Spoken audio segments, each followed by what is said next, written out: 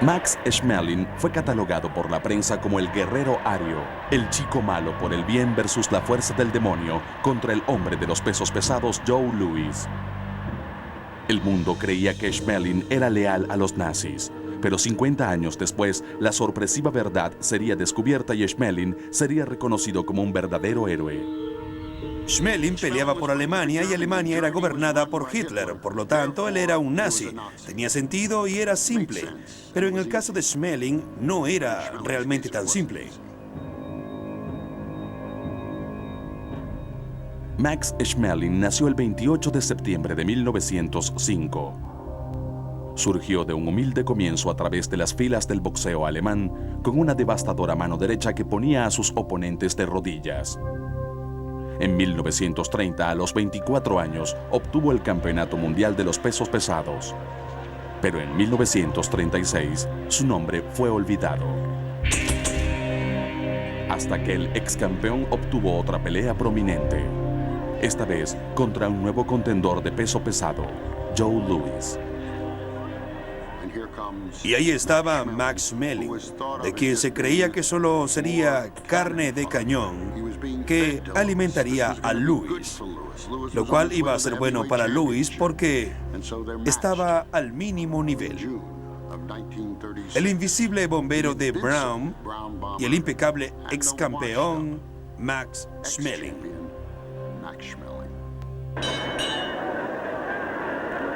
Aunque las posibilidades de ganar eran de 10-1, Max Schmeling salió a moverse. Max notó que Louis dejaba su mano izquierda abajo por un breve momento después de que lanzaba un golpe fuerte. En el cuarto asalto, cuando Louis lanzó su mano izquierda, Schmeling mareó a Louis y lo dejó sin sentido. Y lo hizo una y otra vez hasta noquearlo por primera vez en su carrera. Y según contó Louis, después no supo dónde estaba por el resto de la pelea. Cada vez que Louis atacaba con la izquierda, Schmeling lo hacía con la derecha, dándole así al bombero de Brown una paliza que jamás había experimentado. Recibió tantos golpes como debía hacerlo hasta noquearlo en el asalto número 12, lo cual fue la derrota más increíble para la época en la historia del boxeo. Max, ¿podrías enseñarme el golpe que noqueó a Louis? ¿Quieres que te muestre? Por supuesto. Cielos, ya entiendo.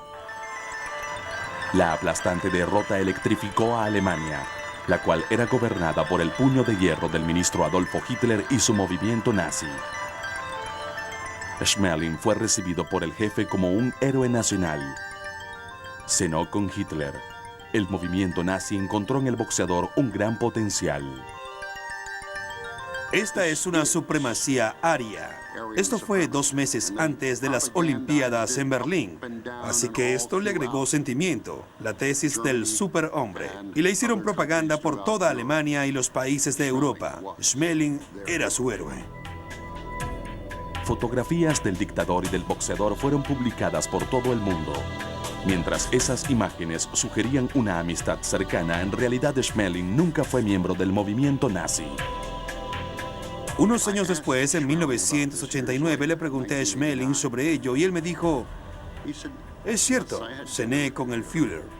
Lo había rechazado 3 veces, no puedes hacerlo 4 veces. Cualesquiera que hayan sido los sentimientos personales de Schmeling, la máquina propagandista nazi estaba a toda marcha. El líder del movimiento estaba secretamente preocupado por el hecho de no estar conforme. Tenía algunos asociados judíos. Su representante Joe Jacobson era judío y muchos otros.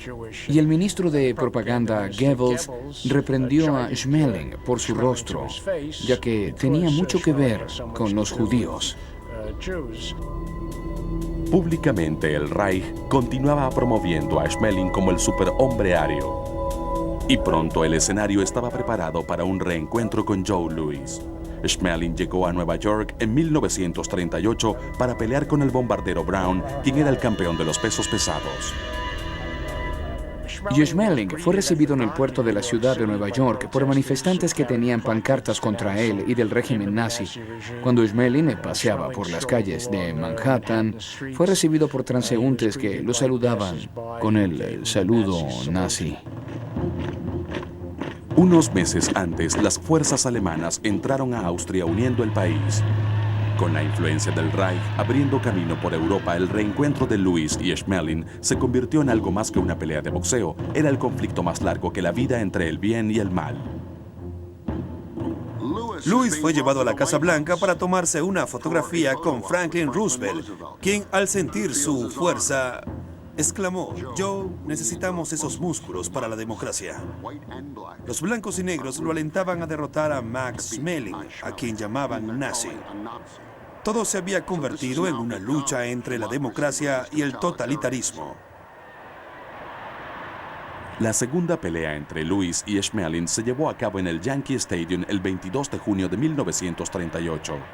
Desde la primera campana, el veloz y joven Louis comenzó a golpear al lento Schmeling. Estaba herido en la espalda. Louis lo golpeaba y los gritos eran terribles cuando le rompió 2 vértebras. Schmeling fue noqueado justo 2 minutos y 40 segundos antes de terminar el primer asalto.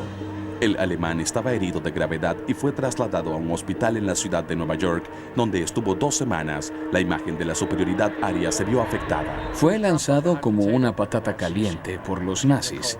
Le dieron la espalda y nunca más lo llamaron para que cenara con el jefe. Más nunca fue invitado.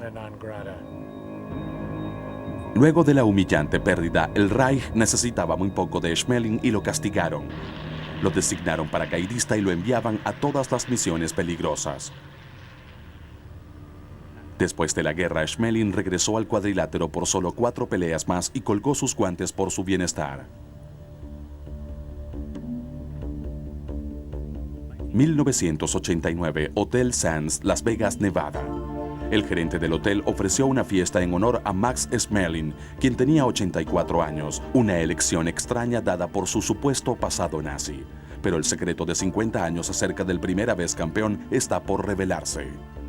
Y entonces el gerente dijo: "Damas y caballeros, me gustaría presentarles a Max Schmeling, quien en la peor noche en que se atacó a mi gente, a los judíos, este caballero me salvó la vida". Con un acento alemán fuerte, el gerente comenzó a relatar la historia del 9 de noviembre de 1938. Era conocida como Kristallnacht, la noche de los cristales rotos, cuando casi 100 judíos fueron asesinados y las sinagogas fueron quemadas en ataques vandálicos por toda Alemania. Era una señal de lo que venía. Fue a menos de 5 meses después de la segunda pelea entre Louis y Schmeling. Schmeling había perdido su estatus favorecedor con el Reich y fue denigrado, pero aún arriesgaba su vida escondiendo a 3 niños judíos en su habitación en el hotel. Max Schmeling tenía a 3 niños en su habitación a los cuales se escondía. Estaba vigilado por los nazis, pero aún así lograba conseguirles comida. Y nadie entendía. Y él decía: "Estoy hambriento", y alimentaba a los niños. En Las Vegas, la gente estaba sobrecogida. Max Schmeling, el hombre pintado como el enemigo en la batalla del bien y el mal por tantos años, no era más que el villano que describía a la gente. Nunca estuvo de acuerdo, nunca. Su representante era judío, sus mejores amigos eran judíos, era contrabandista de niños y no